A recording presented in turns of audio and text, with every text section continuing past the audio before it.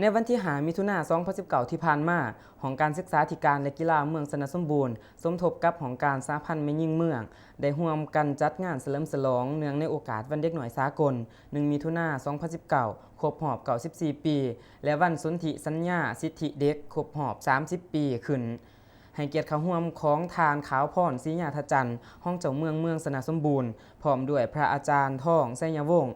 หัวหน้าหองการองค์การพุทธศาสนาสัมพันธ์ลาวเมือง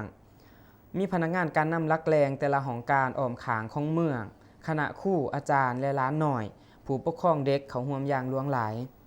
ภายในงานครั้งนี้ได้จัดให้มีการเล่าคืนประวัติความเป็นมาของวันเด็กน้อยสากลคือวันที่ 1 มิถุนายน ครบรอบ 94 ปีจากนั้นก็ยังได้รับชมกิจกรรมการแข่งขันศิลปะวรรณคดีของล้านหน่อยเป็นต้นแมนการฟ้อนการห้องเพลงรวมทั้งหมด 19 รายการซึ่งได้สร้างห้อยยิ้มความภาคภูมิใจแก่ผู้ปกครองเด็กที่เขาร่วมเป็นอย่างดีเฮ็ดให้บรรยากาศการเฉลิมฉลองวันเด็กน้อยสากลในปีนี้เต็มไปด้วยความหมายความสำคัญอย่างลึกซึ้ง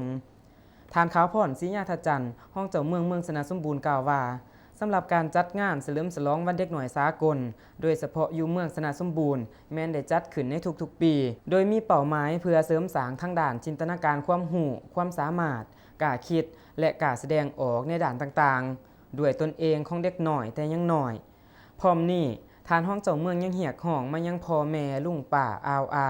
ที่เขาร่วมเว้าร่วมก็คือทั่วเมืองจงได้พร้อมกันเอาใจใส่ถนอมฮักแพงอบรมบ่มสอนบุตรหลานของตนให้กลายเป็นผู้ที่มีคุณสมบัติและก้าวหน้าในระบบใหม่สมดังคำว่าเด็กน้อยในวันนี้ก็คือผู้ใหญ่ที่ดีในวันข้างหน้าตอนถ่ายคณะประธานพร้อมด้วยแขกที่เชิญเขาร่วมยังได้มอบของรางวัลเพื่อแสดงออกถึงความฮักแพงระหว่างผู้ใหญ่กับเด็กน้อยอีกด้วย